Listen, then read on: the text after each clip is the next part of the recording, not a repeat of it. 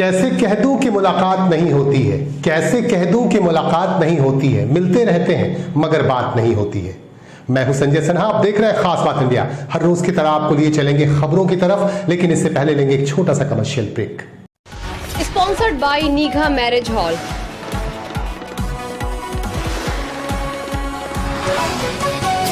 Co-sponsored by Modern Furniture।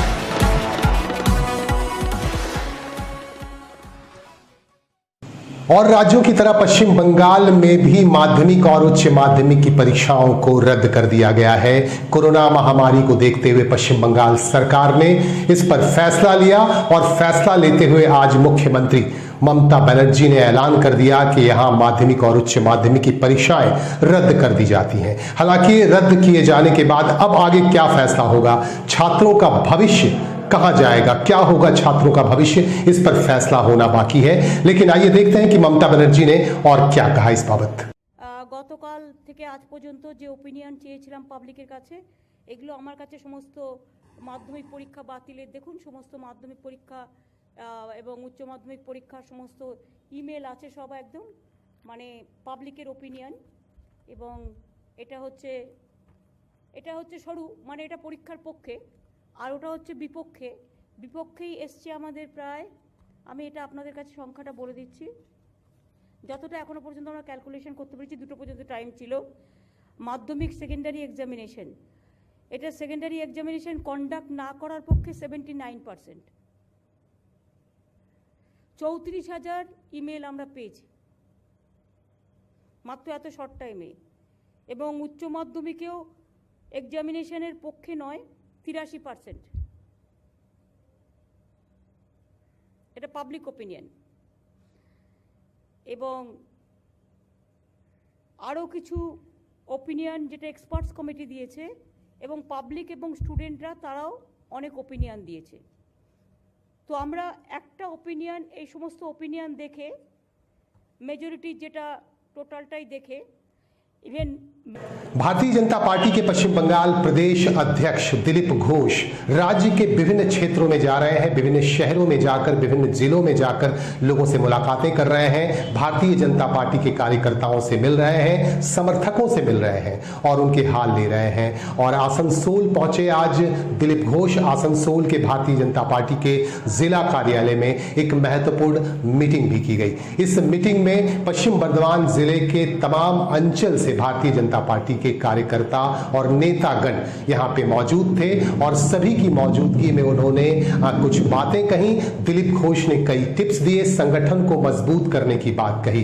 इस दौरान party के कुछ पुराने कार्यकर्ताओं ने किस तरह से हंगामा किया, यह भी हम आपको दिखाएंगे इस रिपोर्ट में। आप देखेंगे कि किस तरह से पुराने कार्यकर्ताओं ने यहां हंगामा किया, जिन लोगों का कहना है कि हम लोग पार्टी को बहुत लंबे समय से समर्थन दे रहे हैं, लेकिन ऐसे लोगों को नजरअंदाज किया जा रहा है। और खास तौर से जो हिंसा के शिकार हुए हैं समर्थक, उनसे नहीं मिलकर दिलीप घोष बड़े नेताओं की तरफ चले गए। सबसे पहले दिलीप घोष को हिंसा के शिकार हुए परिवार के लोगों से मिलना चाहिए था, भारतीय जनता पार्टी के ऐसे समर्थकों से मिलना चाहिए था। इस तरह के गंभीर आरोप भी लगाए गए। पत्रकारों से बातचीत के क्रम में दिलीप घोष ने कहा कि पश्चिम बंगाल में भारतीय जनता पार्टी की हार हुई है, इस पर मंथन की जा रही है और हम ये सोच रहे हैं, समीक्षात्मक बैठकें कर रहे हैं और ये जानने की कोशिश कर रहे हैं कि इस हार के पीछे मुख्य क्या वजह है, क्या कारण है। पत्रकारों के सवालों के जवाब भी दिलीप घोष ने दिए।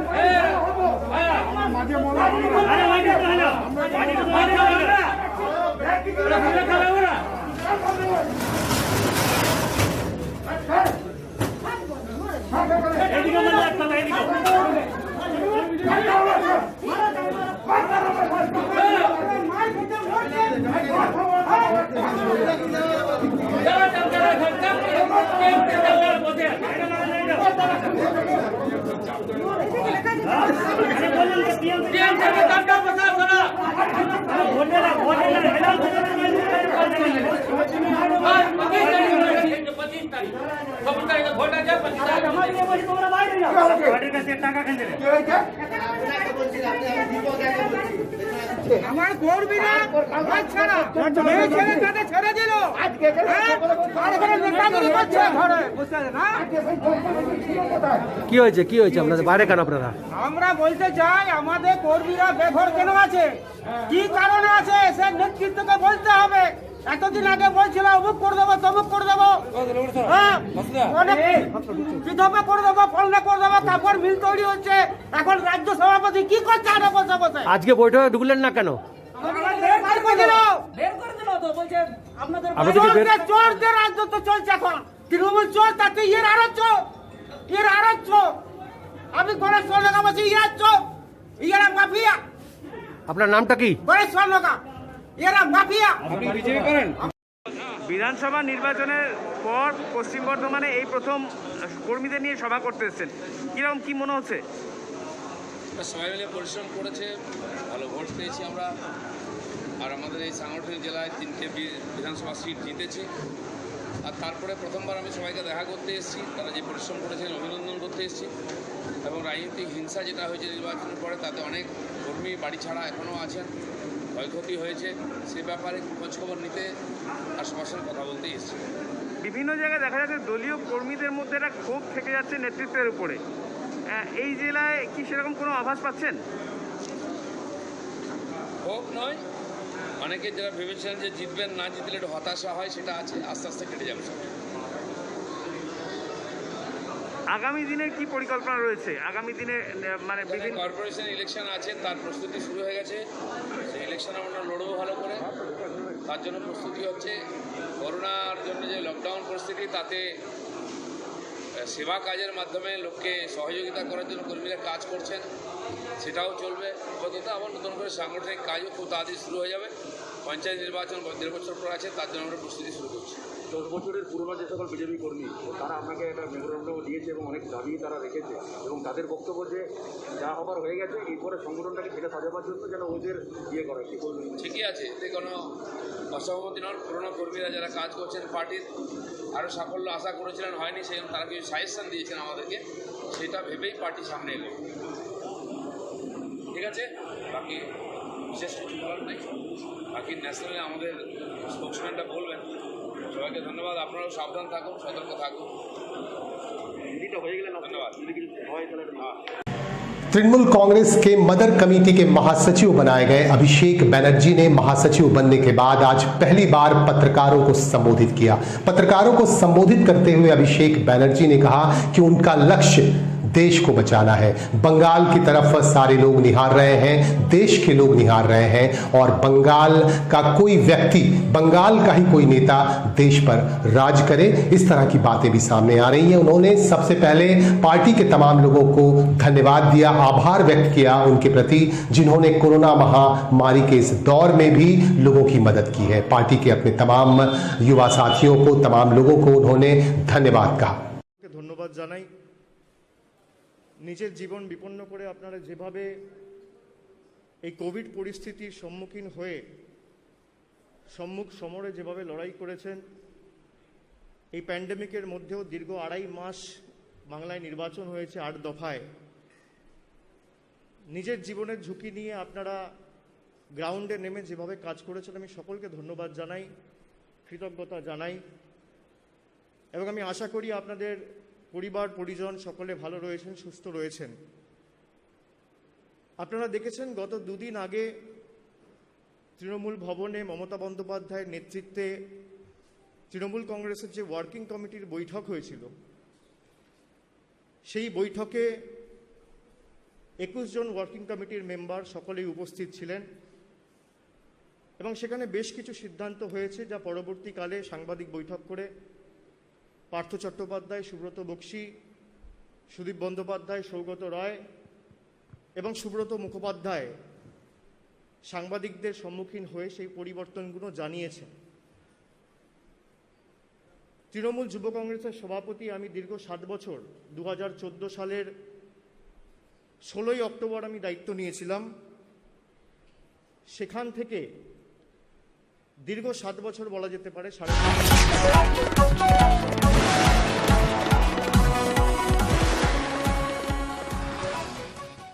ये राजनीति है साहब, कुछ ना कुछ होता रहता है, चर्चाएं होती रहती हैं, कुछ ना कुछ विवाद होता रहता है। उत्तर प्रदेश से हमारे पास एक खबर आ रही है। उत्तर प्रदेश में हमारे संवाददाता हैं कमाल अहमद खान, उन्होंने खबर भेजी है, जानकारी भेजी है कि उत्तर प्रदेश भारतीय जनता पार्टी का जो ट्विटर अकाउंट है, उस अकाउंट के जो पोस्टर है, उस पोस्टर से प्रधानमंत्री नरेंद्र मोदी और गृह मंत्री अमित शाह की तस्वीर गायब हो गई है। आखिर ऐसा क्यों हुआ है? क्या यहां के लोगों का भरोसा कम हो गया है नरेंद्र मोदी पर और अमित शाह पर?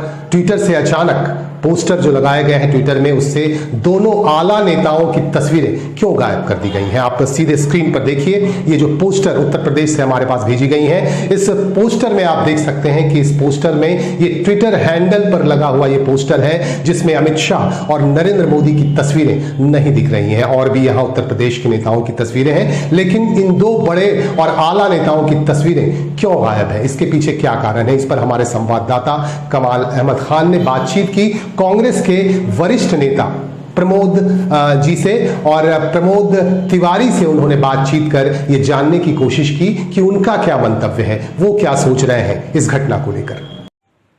उत्तर प्रदेश के जो पोस्टर हैं भाजपा के जो लगे हुए थे, इनके जो मीडिया के साथ थे, सोशल मीडिया पे जो प्रचारित होते थे, देखकर ताज्जुब हो रहा है। उसमें योगी जी के पोस्टर में नहीं है अब अमित शाह और मोदी जी। खैर, पोस्टर में कौन रहे कौन जाए इससे हमसे मतलब नहीं, ना हमें कुछ कहना है इस पर। ये भारतीय जनता पार्टी का आंतरिक मामला है।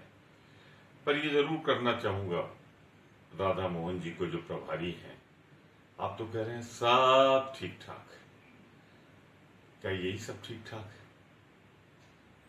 पर हमें इतना तो बता दीजिए राधा मोहन जी कि 4 दिन 5 दिन जब सब ठीक ठाक था तो किस चीज का मंथन चल रहा था? अच्छा चलिए, ये दो हट गए तो कौन से दूसरे लगने जा रहे हैं वो तो बता दीजिए। आप आए हैं तो कुछ तो कहिए ना, इतने डरे सहमे से क्यों है? मैं सिर्फ ये चाहता हूं, आपके संगठन का मामला है, आप चलाएं, जो भी होगा वो आपका आंतरिक मामला है, उस पर मुझे कोई टिप्पणी नहीं करनी है। पर मैं एक चीज जानता हूं कि उत्तर प्रदेश की जनता ने मन बना लिया है, जिस दिन चुनाव होगा उत्तर प्रदेश से भारतीय जनता पार्टी पूरी तरह सत्ता से बेदखल होगी। रानीगंज के मजार शरीफ के निकट आज गरीबों में, जरूरतमंदों में अनाज बांटे गए। तृणमूल कांग्रेस माइनॉरिटी सेल की तरफ से यहां एक छोटे से कार्यक्रम का आयोजन किया गया और बताया जा रहा है कि इस तरह का आयोजन लगातार किया जा रहा है और जरूरतमंदों तक जरूरत की चीजें लगातार पहुंचाई जा रही हैं। आज तृणमूल कांग्रेस माइनॉरिटी सेल की तरफ से यहां जरूरतमंदों को भोजन करवाया गया और जरूरत के सामान यहां बांटे गए। इस मौके पर मुख्य अतिथि के तौर पर मौजूद थे इलाके के विधायक तापस बनर्जी। उन्होंने सबका मनोबल बढ़ाया और उनसे हमारे संवाददाता जाहिद अनवर ने बात भी की और माइनॉरिटी सेल की तरफ से भी प्रतिनिधि से हमारे संवाददाता ने बात की। आपको बता दूं कि माइनॉरिटी सेल के ब्लॉक अध्यक्ष इंतखाब खान की तरफ से, उनके नेतृत्व में यहां हमेशा कुछ ना कुछ किया जाता है। इस बार भी कोरोना महामारी के दौर पर में लोगों की मदद की जा रही है। কিন্তু আমরা তো জানি এটা কি হচ্ছে এখন, যাকে আমি সেই কথায় এখানে যাব না। আমাদের দাবি তুলতে হবে, 10 তারিখে আপনাদের আসতে হবে। আমাদের রেল হকারদের, তাদের কিন্তু টিকার ব্যবস্থা আছে। রাজ্য সরকারের যে আলোচনা হয়েছে, মিটিং হয়েছে, আর সেই মিটিংয়ে ঠিক হয়েছে যে পরিবহন কর্মী, হকার বা রেল হকার বা অন্যান্য যারা আছেন, এই অটো চালক, টোটো চালক, এদের কিন্তু প্রথম টিকার ব্যবস্থা করতে হবে। তাদের তালিকা আলাদা করে তৈরি করা হচ্ছে। এখন কতটা করছে কতটা করছে না, ওদের বয়স ভাগ করা হচ্ছে। বয়স ভাগ এরকম হচ্ছে যে 30 থেকে 40 কত, 40 থেকে 50 কত, 50-এর উপরে কত। আমাদেরও এটা নজর করতে হবে। এই যে এখানে আপনাদের যে তালিকা আছে, এর টিকাকরণের দাবি আমাদের জোরদার করতে হবে। আর শুধু আপনাদের টিকাকরণের জন্য আপনাদের লড়লে হবে না।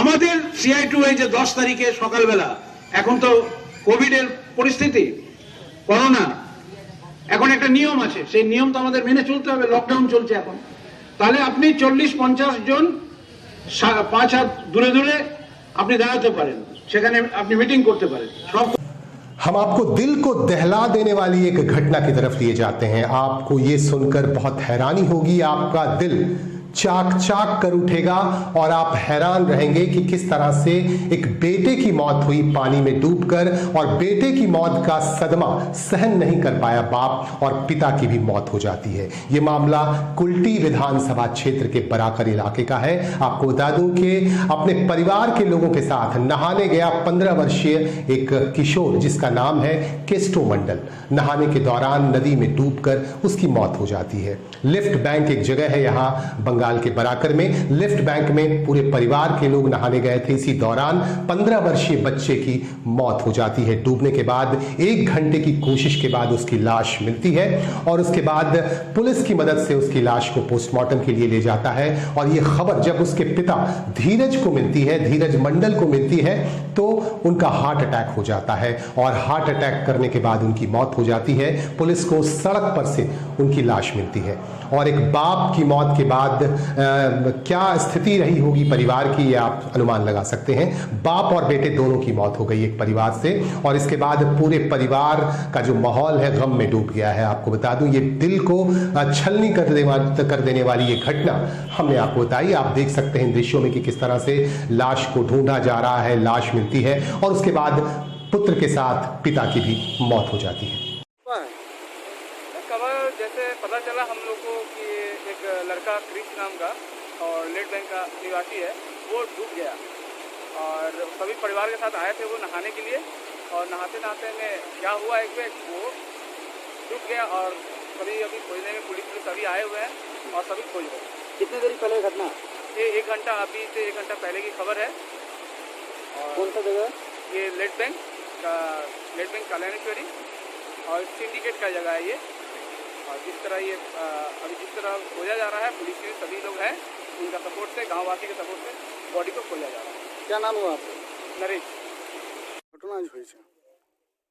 ঘটনাটা হয়েছে লেফট ব্যাংকের নিবাসী দিলীপ মণ্ডলের নাতি ড্যামে চান করতে গিয়েছিল হাইডেলের নিচে, পুরো পরিবারে গিয়েছিল, তার মধ্যে একটা ছেলে ডুবে যায়। ডুবে যাওয়ার খবরটা পেয়ে তার বাবা হার্টে করে মারা যায়। ছেলে এবং বাবা দুজনেই আজকে মারা হ্যাঁ, ছেলের ঘটনাটা শুনে বাবা হার্টে করে মারা যায়। খুবই দুঃখজনক পরিস্থিতি। একই পরিবারের মধ্যে ছেলে এবং বাবা মারা গেছে, খুব শোকাহত এলাকার মানুষ। चक्रवाती तूफान यास की वजह से पश्चिम बंगाल और उड़ीसा में बड़ा नुकसान हुआ। पश्चिम बंगाल की अगर बात करें तो पश्चिम बंगाल में लगभग 3 लाख कच्चे मकान ढह गए, और या पश्चिम बंगाल के उन इलाकों में जहां समुद्र तट है, समुद्र तट के आसपास रहने वाले इलाके के लोगों का बड़ा नुकसान हुआ। लोगों के रोजगार तक खत्म हो गए।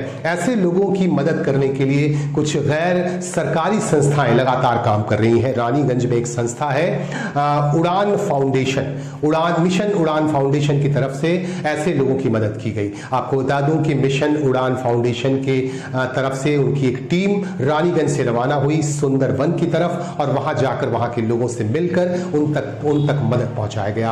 इस मौके पर संस्था के जो प्रेसिडेंट हैं कंकणा सिन्हा और संस्था के सचिव सुप्रियो दास, उनसे बातचीत की गई और उन्होंने जानकारी दी हमारे संवाददाता को। उन्होंने बताया कि किस तरह से वहां जाकर सुंदरवन और आसपास के इलाकों में जाकर इन लोगों ने लोगों तक मदद पहुंचाई। মিশন উড়ান ওয়েলফেয়ার ফাউন্ডেশন 6 জুন আমরা পৌঁছে গেছিলাম মৌসুমী আইল্যান্ড, দক্ষিণ 24 পরগনা, যেখানে ইয়াস ঘূর্ণিঝড়ের জন্য প্রবল ক্ষয়ক্ষতি হয়েছে। সেই সকল বিপর্যস্ত এলাকায় আমরা 300টা ফ্যামিলির জন্য কিছু এসেন্সিয়াল কমোডিটিস নিয়ে চলে গেছিলাম। সেটা চাল, ডাল, মুড়ি, যে সকল নিত্য প্রয়োজনীয় জিনিসপত্র লাগে সেটা আমরা সেখানে নিয়ে গিয়ে তাদেরকে দিই, এবং তাদের সত্যিই সেখানে দরকার ছিল, তাই আমরা সকলে পৌঁছে গেছিলাম আমাদের রানীগঞ্জ থেকে। আর আমাদের মেম্বার্সরা এবং আমাদের অ্যাডমিনসরা সেখানে প্রেজেন্ট ছিল সেক্রেটারি সুপ্রিয় দাস, অ্যাসিস্ট্যান্ট সেক্রেটারি রমেশ মণ্ডল, ভাইস প্রেসিডেন্ট কল্যাণদীপ পাল, ক্যাশিয়ার ছিল রচিনা, এবং বাকি মেম্বার্সরা। আমাদের সেক্রেটারিও কিছু বলতে চায়। ব্যাপারটা হচ্ছে মানে এমন একটা সিচুয়েশন ছিল যে সিচুয়েশনে আমাদেরকে দাঁড়ানো একটা আমাদের সব থেকে বড় রেসপন্সিবিলিটি, তো সেই রেসপন্সিবিলিটিটা ইজিলি কেউ নিতে চায় না, কেননা এতটা দূর ডিস্টেন্স সবাই ভাবে, কিন্তু আমরা সেই জিনিসটা করে উঠলাম শুধুমাত্র আমাদের মেম্বার্সরা খুবই হেল্প করেছিল এবং যারা আমাদেরকে ডোনেট করেছে তাদেরকেও আমরা অনেক অসংখ্য ধন্যবাদ জানাই, মেম্বারদেরকেও জানাই। ওইখানে পৌঁছে যাওয়ার পর আমাদের যে লোকাল দাদারা ছিল তারা আমাদেরকে খুবই সাপোর্ট করেছে এবং তার জন্য আমরা এই ইভেন্টটা সাকসেসফুল করেছি। Thank you so much.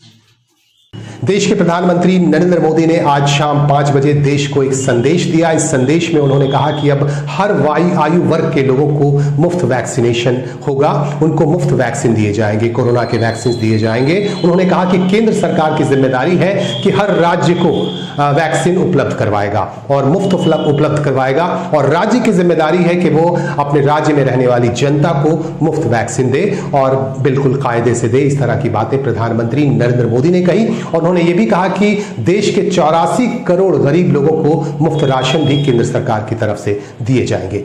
आइए इन्हीं बातों के साथ हम लें आपसे विदा और इस वादे के साथ कि जल्दी होगी आपसे मुलाकात। आप भी हमारे साथ जुड़े रहें, पल पल अगर जुड़े रहना चाहते हैं खबरों के साथ तो खास बात इंडिया के सोशल प्लेटफॉर्म्स पर भी आप हमारे साथ जुड़े रहें और पल पल खबरों के साथ बने रहें, अपना सहयोग करते रहें। नमस्कार।